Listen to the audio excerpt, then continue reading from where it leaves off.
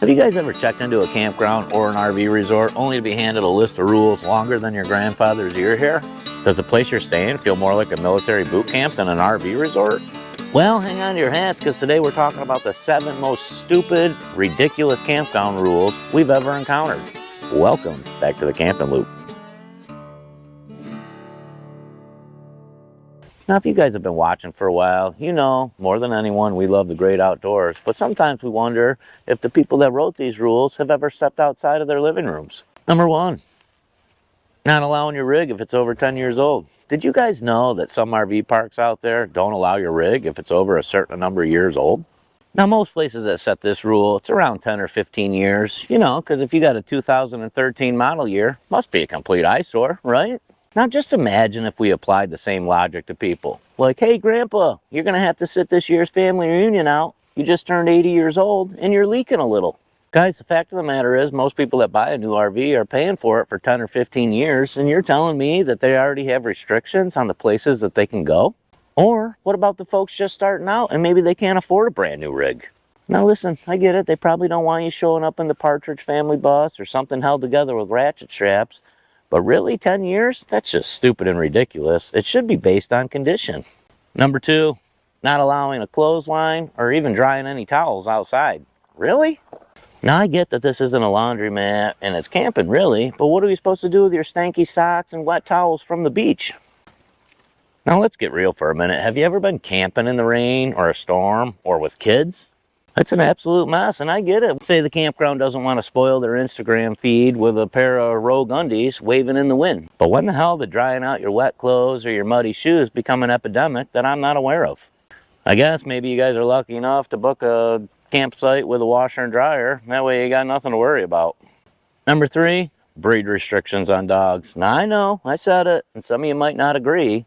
But here's my take. Anybody who brings their dog to a campground needs to be a responsible pet owner. You know, feed it, water it, walk it, pick up after it, that sort of thing. But really, in my opinion, it's time to stop clumping all dogs in one category based on their breed. You know how they say that pets take after their owner? Well, I'm a firm believer in that. So don't be an and probably neither will your dog. Well, we're on the subject of dogs. Let's talk about number 4, having to keep them on a 6-foot leash. That's right, some RV parks and even state parks, like here in New York, are required to keep your dog on a 6-foot leash at all times. Like, is this a prisoner or a pet? Now, honestly, I'm not saying let's let our furry companions run all over and roam the place like they own it, but 6 feet? Come on.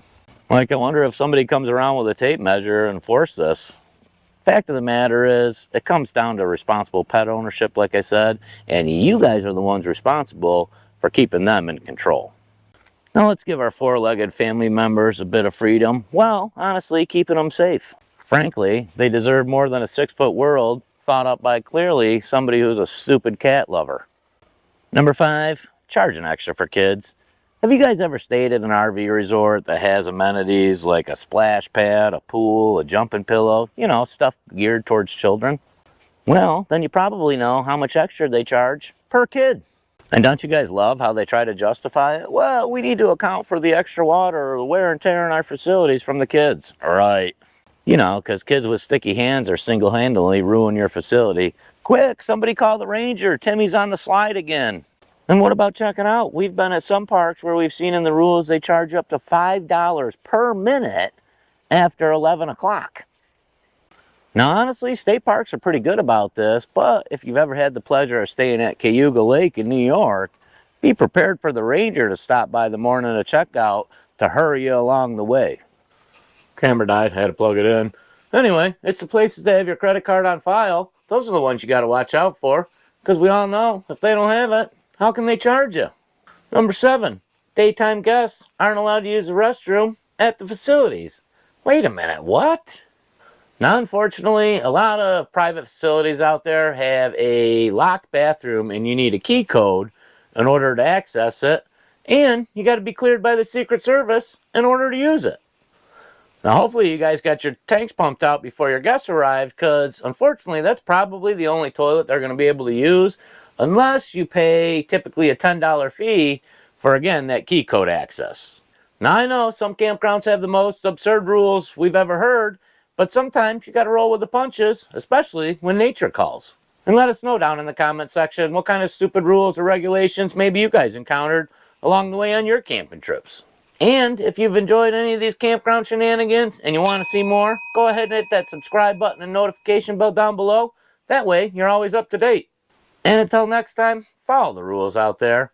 As always, we appreciate you guys watching, and we'll catch you next week.